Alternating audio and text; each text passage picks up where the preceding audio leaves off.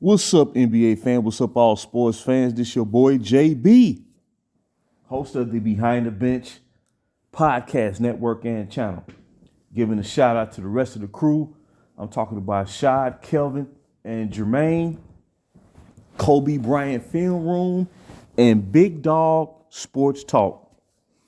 And for everyone who's tuning in, I appreciate it and hope that you support Behind the Bench or continue supporting Behind the Bench, become a subscriber, and help make this show the best that it can be. And I tell you, we had one of the members of the crew, Kelvin, he dropped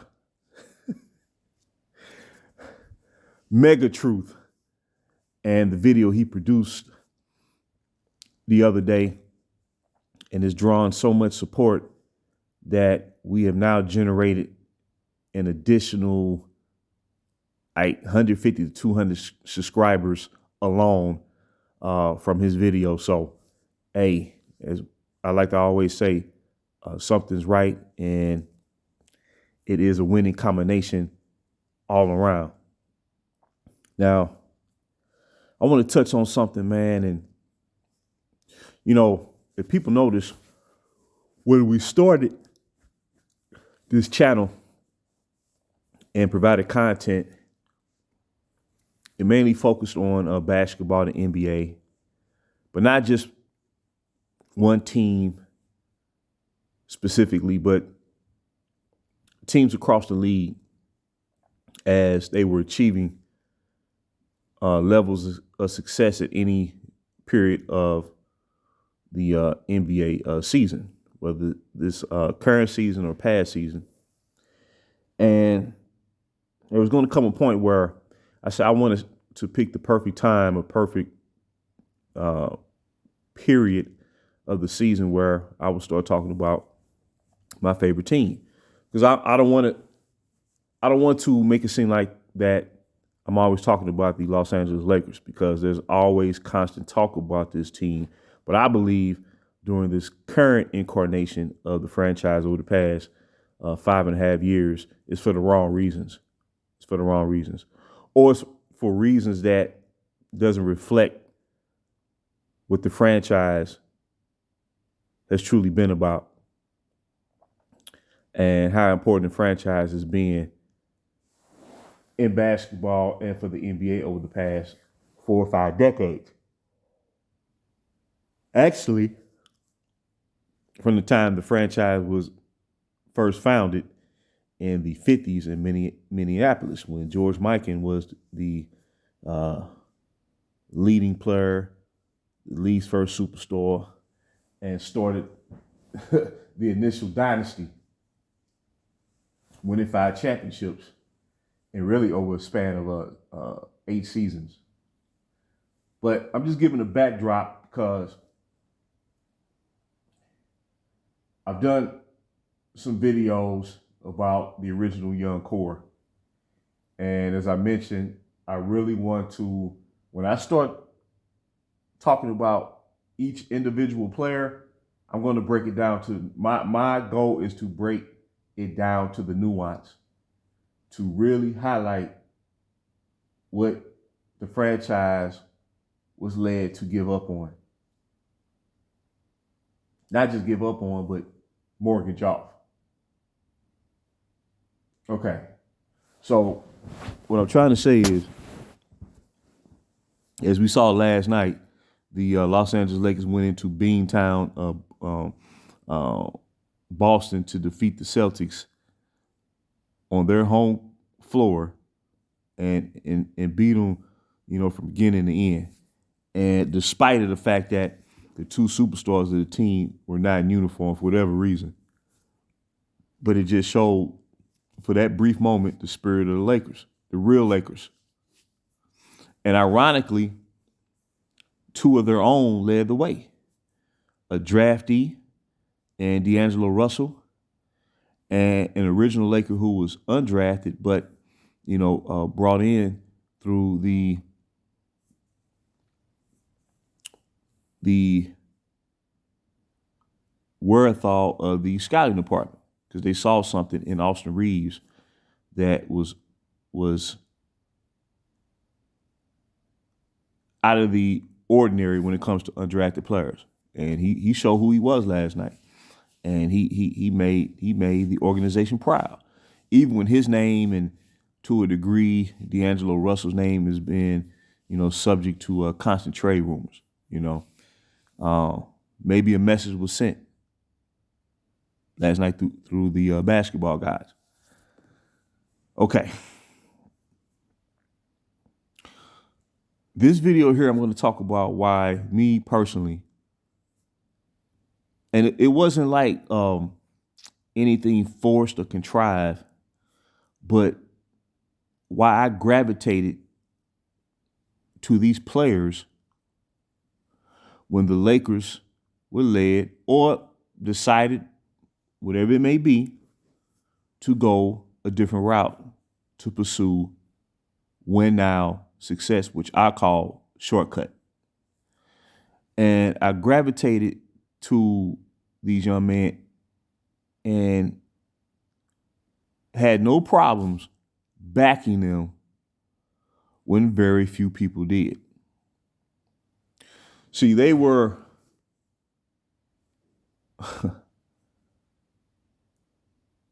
it's like a voice of the voiceless. And they had no voice. They had no platform. During the time this transitional period began,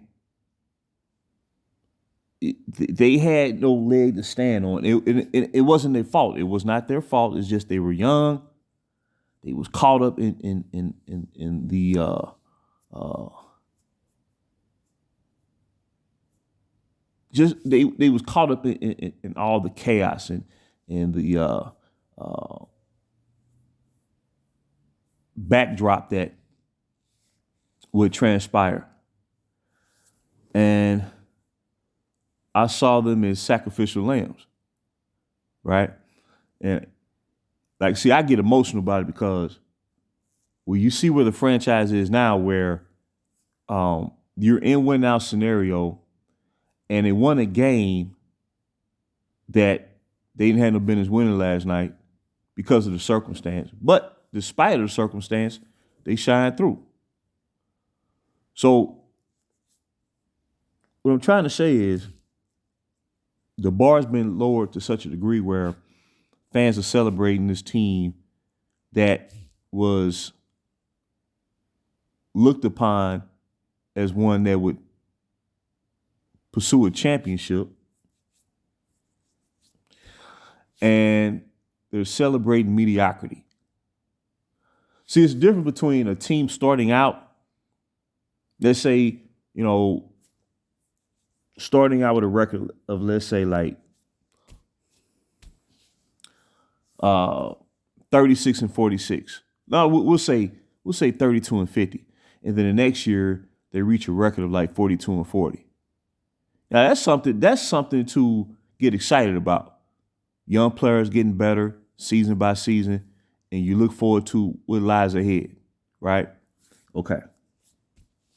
But when you're in win now scenario and you mortgaged everything off, the reaction is different.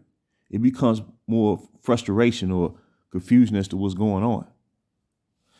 And what I'm trying to say is, I listen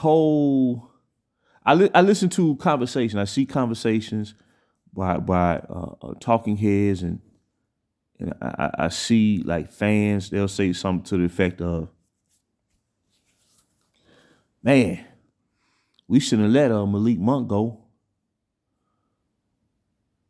We shouldn't have let Schroeder go, even though Schroeder has played for the team twice over the past 3 seasons. We need to bring him back, or why did we let Andre Drummond go? We need to try to bring him back because we need a big. We need someone in the middle to where Anthony Davis don't have to play the 5, to where he won't find himself in the position of getting injured, playing out of position, right?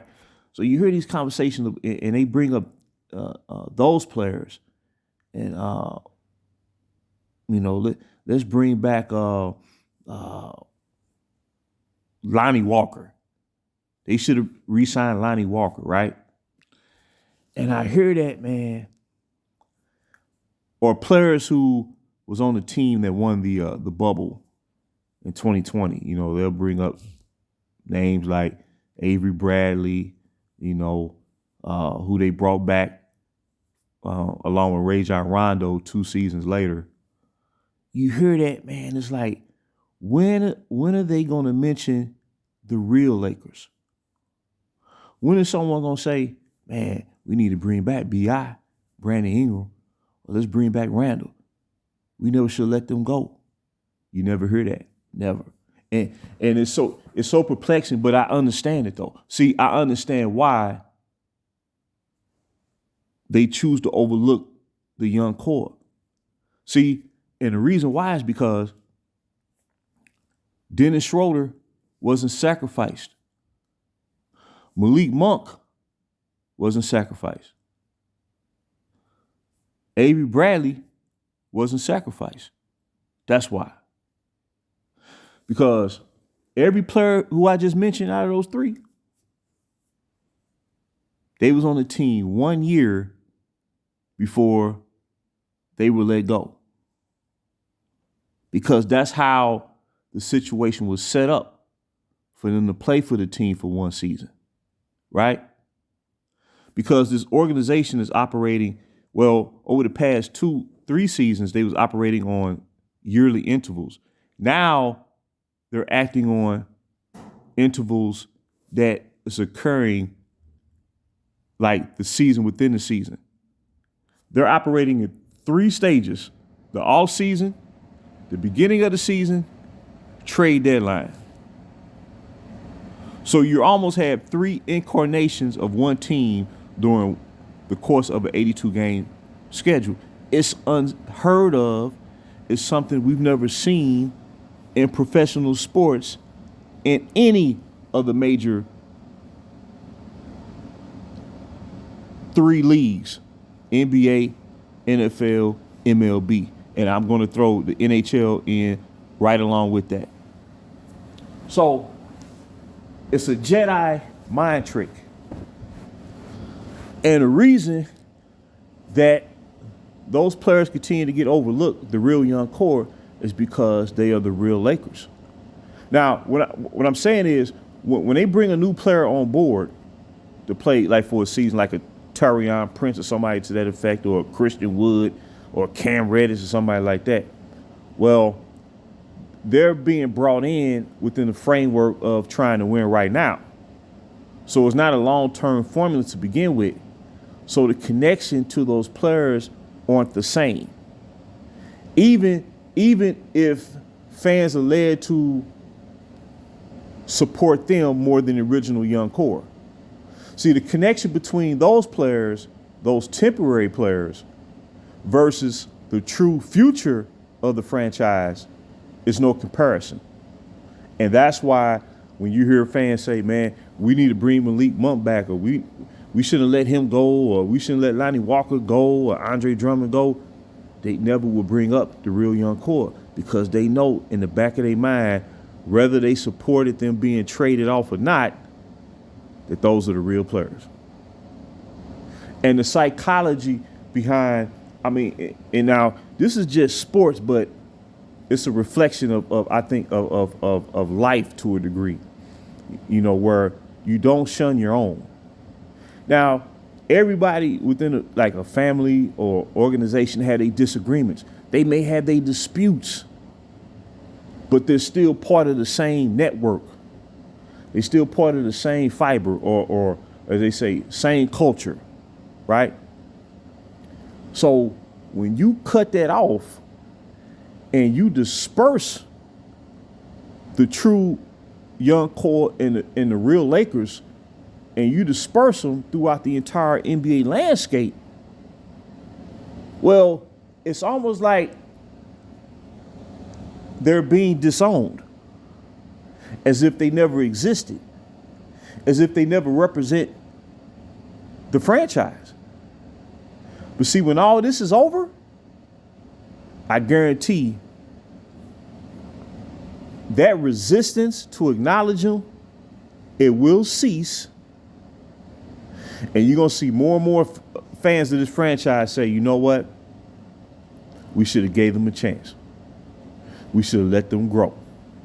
Because I've seen fans recently say about the young players that's on the team now, oh, man, we don't need to trade them, man. We need to start building for the future. Well, that wasn't a conversation when the real young core was dispersed. You know, when they was used, abused, and left totally confused. But now, a lot of fans are reacting that way. See, it's like everything is being reciprocated. And I'm not trying to attack. It's not an attack. It's like an analysis of what's going on. And like I said, it's just sports, but if you're passionate about something, that becomes part of your life. Right? Whether it's music or, you know, whatever it is that you enjoy doing as an expression or an extension of who you are. And I'm not trying to be philosophical, but a true analysis about the ramifications of getting rid of your own, see, is very deep. And me as a fan of this team, I've just sat back and members of the crew too, who are fans of this team also, or who have been fans of this team, we just sat back and watched the whole thing unfold and took notes.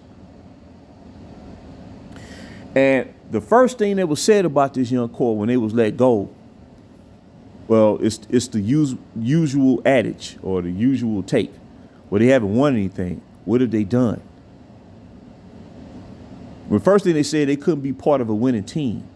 Well, if you go back and look, like I said, I'm going to break every player down. I'm going to probably start doing this within a month. Like if I don't get an opportunity to do so in the month of February, I'm going to do so in the month of March and break this down player by player. But they said they can't contribute to winning. Well, I looked at Jordan Clarkson, and during the 2020-21 season, he helped the Utah Jazz clinch first place and the number one seed in the Western Conference leading to the playoffs after their star player, Donovan Mitchell, missed the last 2 months of the regular season due to a severe ankle sprain. Well, Jordan Clarkson was the best player on the team. He was better than Rudy Gobert. He was better than Bojan Bogdanovic. He was better than Mike Conley playmaking down the stretch, and he was a threat to score. And not just from three-point range either. And he led them to the playoffs and was sixth man of the year.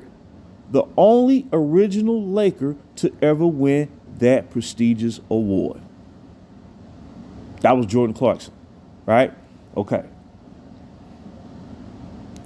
Brandon Ingram the following year, with the New Orleans Pelicans missing their franchise player all season long, and Zion Williamson, Brandon Ingram led them down the stretch to the playoffs. Now, they was an A seed. They had to go up against the Phoenix Suns, who had just completed their most successful season in franchise history in terms of single season wins total. I think they won like 64 games. And Brandon Ingram averaged 27.6 assists, 6 rebounds a game, and had a stretch where for 4 consecutive games versus Phoenix, he scored 30 points or more. Now, eventually, they did lose to Phoenix, but it was a hard-fought 6-game series. But it makes you wonder if Zion Williamson would have been in uniform playing against Phoenix, who knows what would have happened. At least it's going 7 games. Okay. Then Julius Randle, who betted on himself and was the last key player to ever play all 82 games for this franchise. Not LeBron James, not Anthony Davis, not even Russell Westbrook, who is always dependable and is durable, and he suits up. But even he played, I think his only full season with the Lakers, I believe he played something like 80, 81 games. Julius Randle played all 82 games. In a natural basketball environment, anytime a young player who was drafted by a team leading up to his contract year plays all 82 games, 100% of the time, that player is warranted and granted an extension with that team. No questions asked. As a matter of fact, they're the first person signed even before they start talking about signing a free agent. And Randall was rewarded by being let go. And I know that hurt him because he was the leader of that team, because he was, the original young core draftee being selected in the 2014 draft, number 7 pick out of University of Kentucky. He was that first one, that still had an opportunity to play with Kobe Bryant. And he was on the court when Kobe Bryant played his last game. And they embraced each other when Kobe, he went out with a bang. But Julius Randle signed with the New York Knicks, betted on himself, and led that team to the playoffs for the first time since prime Carmelo Anthony around 2014. He did that. He didn't have, this was before, R.J. Barrett. This was before Quentin Grimes. This was before Emmanuel Quigley. This was before Jalen Brunson. He did that. So I'm saying to myself, and then Kyle Kuzma traded to the Wizards 2 years ago. Bradley Beal on the team, and Kristaps Porzingis was on the team, right? Kyle Kuzma was so effective in the fourth quarters to where the Washington Wizards, their head coach, Wes Unseld Jr., would call plays for Kuzma to get the ball to take the game-winning shot. Not Bradley Beal, who was the team's best player over the past 4-5 seasons, but Kyle Kuzma. Bradley Beal was deferring to Kuzma. I watched the games. And prior to this year, his first 2 years with the Wizards, he has hit like 10 or 11 game-winning shots for their franchise. Now, you knew they was going to have a difficult year this year because Bradley Beal asked to be traded, or agreed to be traded to Phoenix after being the best player of the franchise after John Wall got traded. John Wall. And then Kentavious Caldwell-Pope got traded to the Denver Nuggets, and then Kristaps Porzingis got traded to the Boston Celtics. Right? So Kuzma right now is the face of that franchise when he shouldn't even be on the team. So I can go down the line. Ivica Zubac was the starting center, averaging doubles in the playoffs. When the Clippers reached the conference finals for the first time in franchise history, he was their starting center. It wasn't any other center who was on that team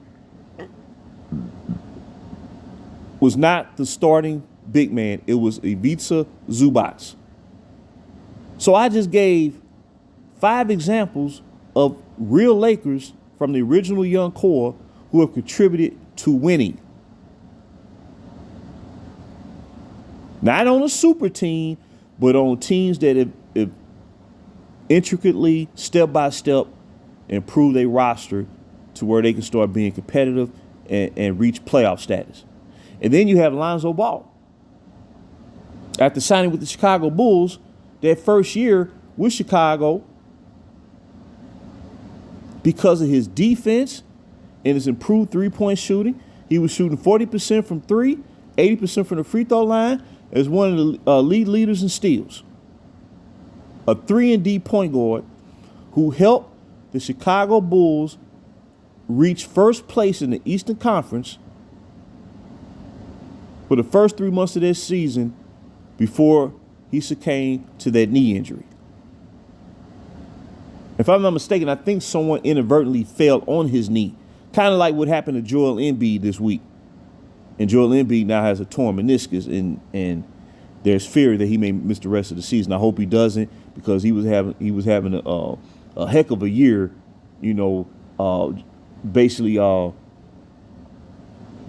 taking off from where he achieved last year, winning his first ever league MVP. But nonetheless, Lonzo Ball was such a presence on the team that both Zach LaVine and what's your boy's name? The shooting guard for the Bulls. And I know his name, I just can't think of it right now because I'm heavy in thought. But they both said that, DeMar DeRozan, along with Alex Caruso, they all said that they miss Lonzo Ball's presence on their court. They all said it because his gift as a player, as a guard, is to get the ball where it needs to go when it needs to get there. There's a lot of so-called guards in the league right now. They don't know how to do that, or they can't do it to the level that Lonzo Ball can. And then you have Alex Caruso. Alex Caruso last year, no, that was the year before, the 22-23 season. Well, yeah, last year. He was leading the league in steals as a reserve before he got injured when a player from a dirty move by a player where he broke his hand, he had to miss significant time. So when I look at each player pound for pound, Josh Hart got traded to the New York Knicks last year. And right after that trade, the Knicks win like 8 straight games. They went on a tear, similar to what they're doing right now after trading for OG Anunoby. And Josh Hart, statistically, pound for pound,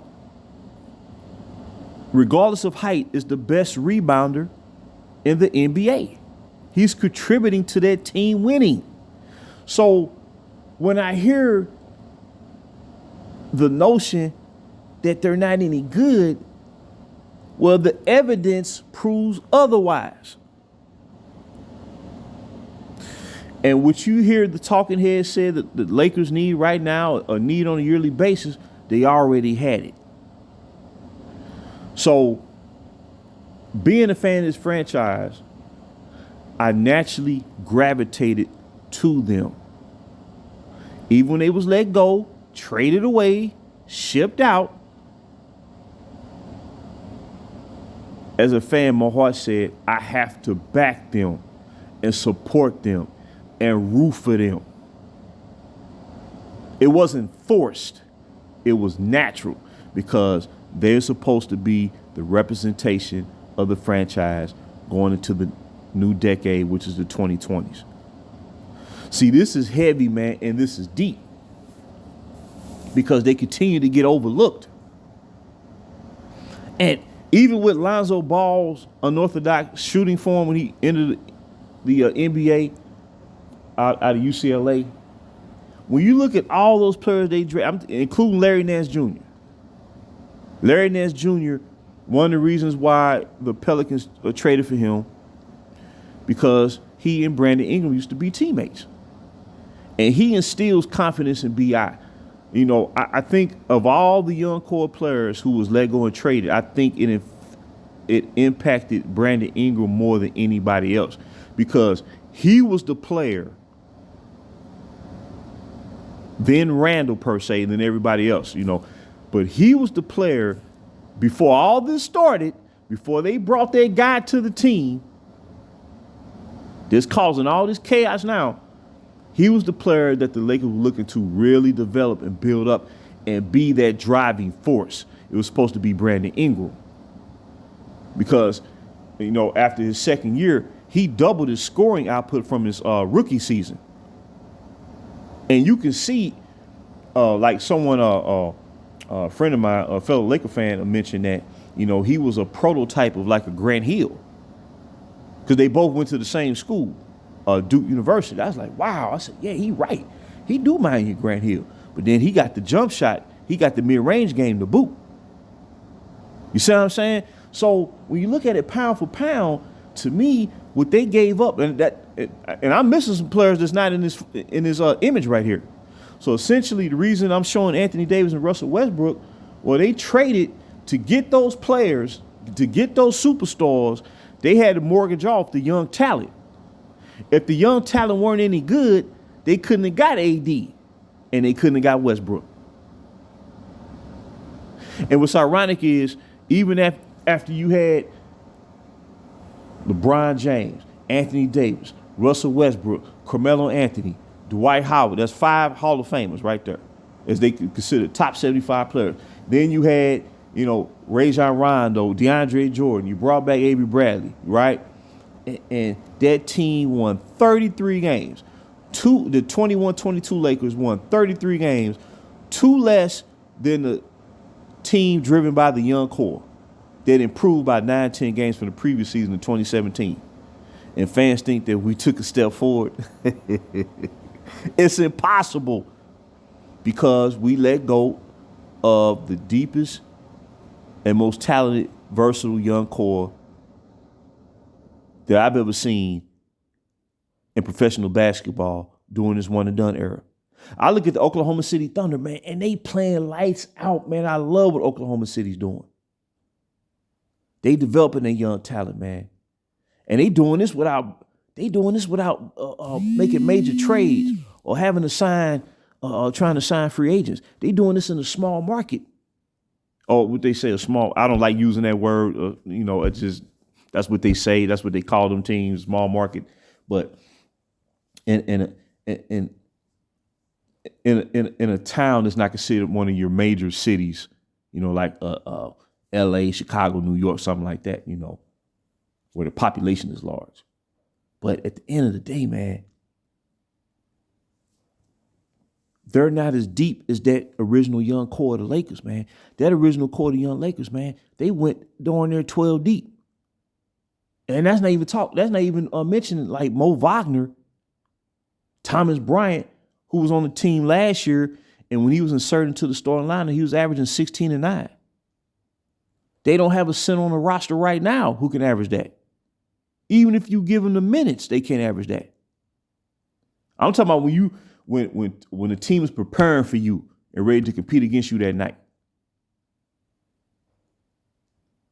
They don't have that, man. So I'm looking at it, man. I'm just stunned. See, what I'm sad about is, and I'm gonna shut this down, and I'm gonna break every profile down of each player that was let go. It's gonna blow people's minds as to their projection and what their potential was. Not anything that I'm trying to convey, but their actual progress as players. And you'll come to find, man, that they never should have been let go. And see, I believe we could have won in due time where we didn't need LeBron James, and we didn't have to give up the farm to get Anthony Davis to win, because they're even after last night, they're 500. And if we had our real team, there's no way in the world we'd be sitting there 9th and 10th place struggling, trying to pull off another round of trades. We'd be looking like OKC. We'd be looking like Minnesota. I know it. I'm not just talking just to be talking, because the metric will show that. And in closing, like I said, this team in 2018 generated a 10th rate defense the majority of the season.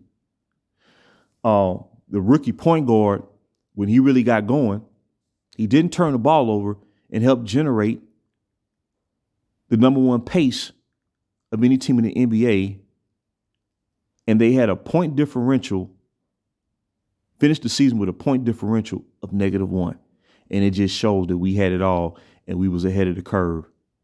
And the Laker Nation would have been proud if they would have stayed the course. But I just want to drop that nugget. Until next time, This is JB for BTB, Behind the Bench.